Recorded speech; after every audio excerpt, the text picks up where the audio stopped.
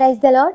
ఉదయకాలపు వాగ్దానం కొరకు ఎదురు చూస్తున్న ప్రియ సహోదరులకు యేసుక్రీస్తు వారి శ్రేష్ఠ నామం పేరిట వందనాలు మరియు శుభోదయం. అనుదిన వాగ్దానాన్ని దయచేస్తున్న దేవునికి స్తోత్రాలు. ఏకీభవిస్తున్న మీ అందరికీ నా హృదయపూర్వక కృతజ్ఞతలు. నేటి వాగ్దానం కీర్తనల గ్రంథం 36:8. నీ మందిరం యొక్క సమృద్ధి వలన వారు సంతృప్తి నొందుచున్నారు. నీ ఆనంద ప్రవాహంలోనిది నీవు వారికి త్రాగించుచున్నావు. దేవుని దగ్గర ఏమున్నాయి అని చాలామంది అడుగుతారు.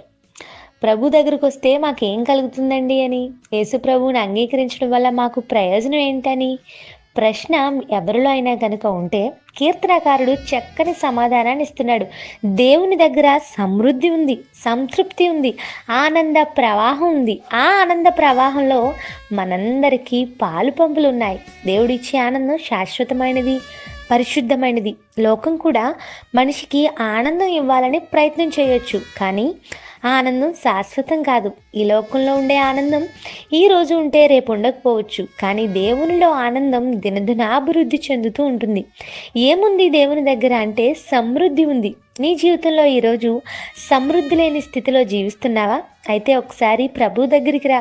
నీకు సమృద్ధినిచ్చేవాడు ఆయనే. దావీదు అంటాడు, యెహోవా నా కాపరి, నాకు లేమి కలుగదు అని. సమృద్ధికరమైన జీవితం అంటే మనకు ఉన్న అంతులేని కోరికలు, పెద్ద పెద్ద ఊహలు తీరుస్తాడని నేను అనడం లేదు, కానీ ఏ రోజు కృప ఆ రోజు సమృద్ధికరంగా ఇచ్చేవాడు మన దేవుడు. సంతృప్తి కూడా ఆయన దగ్గర ఉంది అంటున్నాడు దావీదు. ఒక్క మాట వినండి, సంతృప్తి లేకుండా మన దగ్గర ఎంత ఉన్నా ఆనందంగా ఉండలేం.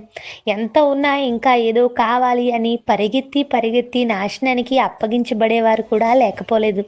కానీ దేవునిలో సంతృప్తి ఉంది. ఆయన ఆనంద ప్రవాహంలో మనకు పాలు పంపులు ఉన్నాయంటున్నాడు దావీదు. ఆయనలో ఆనందాన్ని కనుక రుచి చూడగలిగితే ఈ లోక సంబంధమైన ఆనందాల వైపు పరిగెత్తేవానిగా ఉండము. ఆయన సన్నిధిలో ఆనందం, ఆయన నామ ఉచ్చరణలో ఆనందం, రక్షణలో ఆనందం, ప్రార్థించడంలో ఆనందం, ఉపదేశం ఆలకించడంలో ఆనందం, దానిని ఆచరించడంలో ఆనందం. ఈరోజు ఆనందం, సంతృప్తి, సమృద్ధి లేనివానిగా ఉన్నావా? ఆయనను పట్టుకోగలిగితే, ఆయనకు నీ జీవితాన్ని ఇవ్వగలిగితే, ఆయనను ప్రేమించగలిగితే ఈరోజు ఈ మూడింటితో నిన్ను నింపాలనుకుంటున్నాడు దేవుడు. అందుకే పౌలు అంటాడు, ప్రభునందు ఆనందించండి, మరలా చెప్పుదును ఆనందించండి. దైవజనుడు ప్రభు ఇచ్చే ఆనందం కలిగి ఉన్నాడు కాబట్టి సంఘానికి చెప్తున్నాడు, మీరు ఆనందించండి అని.